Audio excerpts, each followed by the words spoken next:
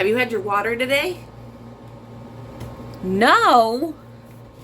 Why haven't you had your water today? You're supposed to be drinking water. Me? Have I had my water today? I had a little bit. I had a little bit of water. I mean, I had some coffee. Should I drink more? I mean, this second. I'll grab some water. I just had some water. I'll grab some water. See, I'll grab some water from the fridge. And I'll take it with me. See, we'll take it over. We'll take it over to my desk. Go on a journey.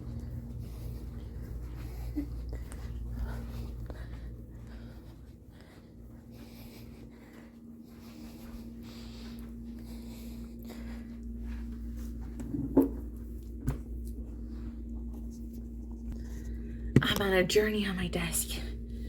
So I'm gonna do some work on my desk. Hang on a sec. You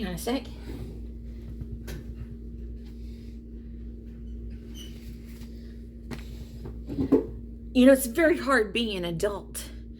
Lots of chaos everywhere. Ooh, that's the water. I did some water videos. I'm supposed to do some poetry writing today. Can I do it on my desk? Hang on. So I'm not gonna go to the beach today. I usually write my poetry at the beach. So how about I just crack this open, take a sip. You sit with me and watch me write poetry, and I'll drink this bottle of water as I'm writing poetry. I'll tell you some of the poems that I'm writing, and then it's gonna be kind of a long video. I'm not sure how long it's gonna be. Hang on. All that water makes me a little bit cold, so I put a sweater on, even though it's hotter than Satan outside yesterday.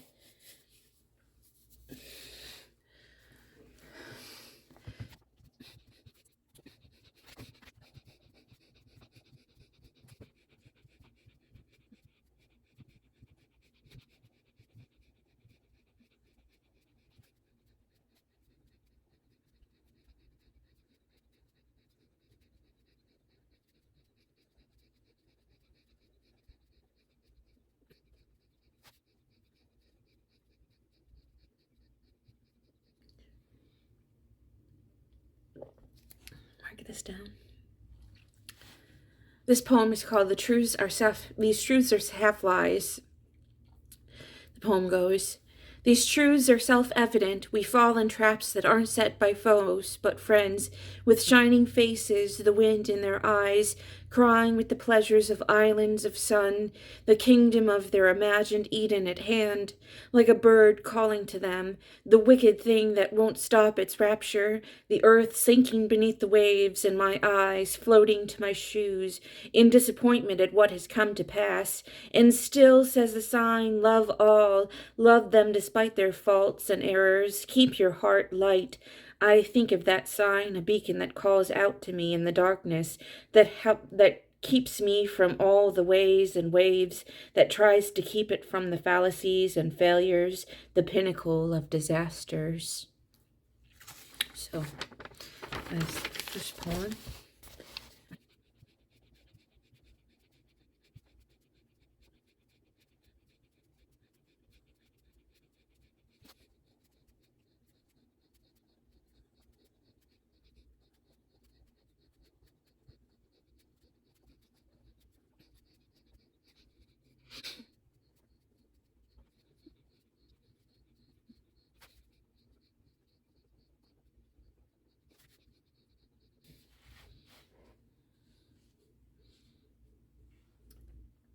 This one's called The Face in the Crowd. The beautiful face I see sometimes. As I pick it out, or it says, do I pick it out, or is it there as it should? I don't know, I suppose. I only know what it is and what it isn't. What is in my head and what I suspect. I thought I saw his face again this afternoon, cross traffic and looking at me singing to a song. But why, though? Why now? Why in the sense and sensibilities here showing up in my background so noticeably like that? To be a stickerhead that shows off like he does, and I don't outwardly react. I just go about my tide and time, and I wait and see what he does and how he'll move and about his business. I want it to be him, but at the same time I want to go about my business when he's ready for his approach.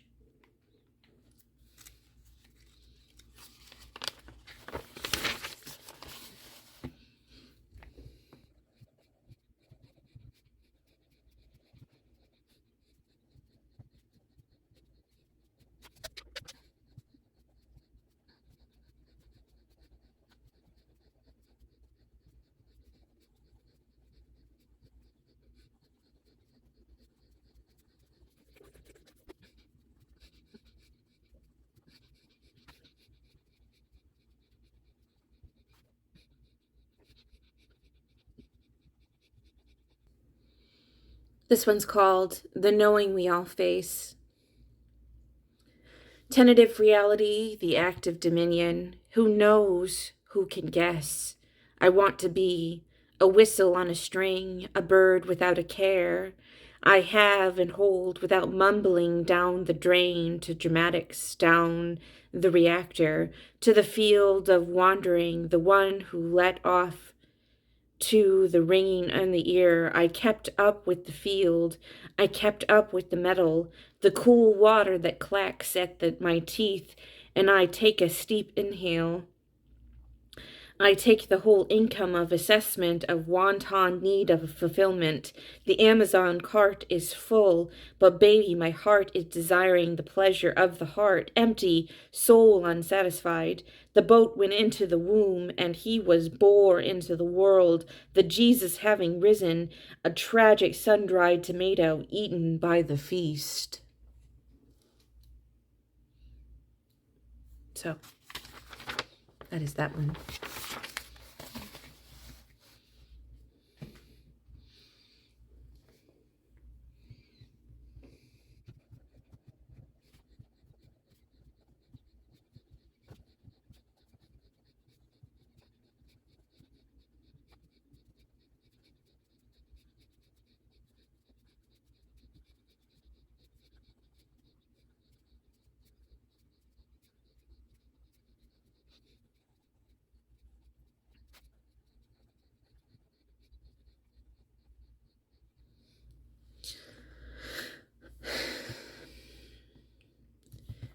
We are something new.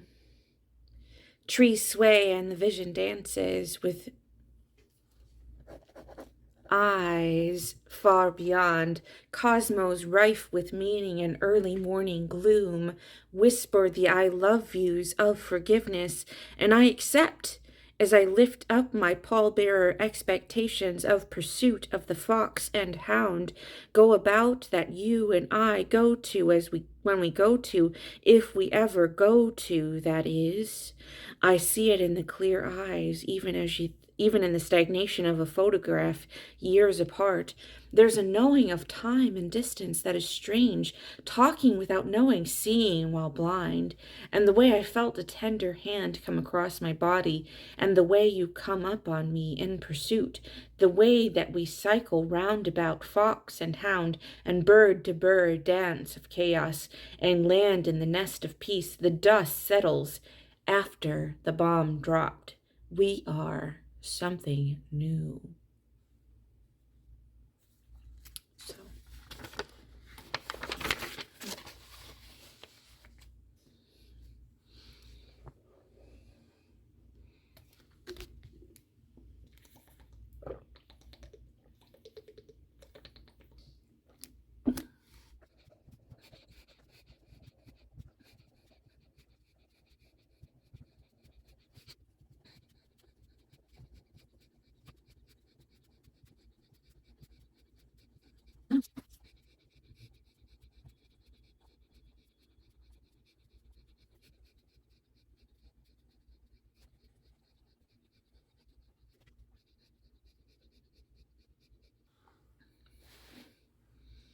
This is called beauty and aliveness.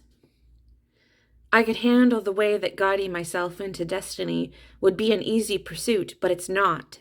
The way that destiny falls in the lap of someone, and it stays, oh God, it stays, and you feel that high importance of the gods as they come on the high chair commanding, in pursuit, the way that life will beat you down with a bludgeon every day, slowly, with eyes full of terrible delight, and weakly you'll take it over and over and over and over. Life can be a cruel master, but then others. It can be a soft friend with light of day coming through and reminding you that it is not all disaster, and that that the world can be beautiful, and that the trick is to hold on to that feeling, that peace and serenity in your heart, and to always find the beauty in the act of being alive.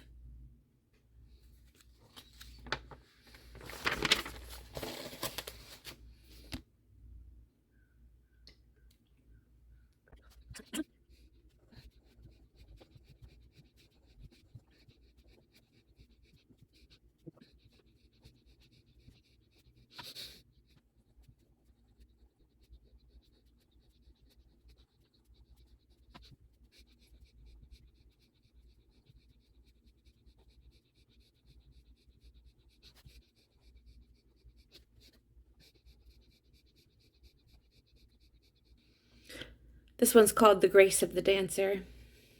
Grace. Give me grace, O God, give me peace and grace to continue. The prayer to continue, the peace to continue. The dancer moves on the stage. The audience watches the movements unseen by the manufacturer and think, brava, perfect, perfect. But the dancer trying to hold on begs, trying to hold on, begs to continue to keep it together. Please, O Lord, give me strength, give me peace, give me the ability to continue. And the tension rises. The music swells, and the performance is magnificent. Besides themselves, the audience cries out with how beautiful, how graceful, how wonderful. And in the end, as she has no more energy, falls into a pile, and they erupt into applause. She tells God, Amen. So that's the last one. 6 poems today. That's what I do every day, 6 poems. I try to. I haven't been doing it lately. So.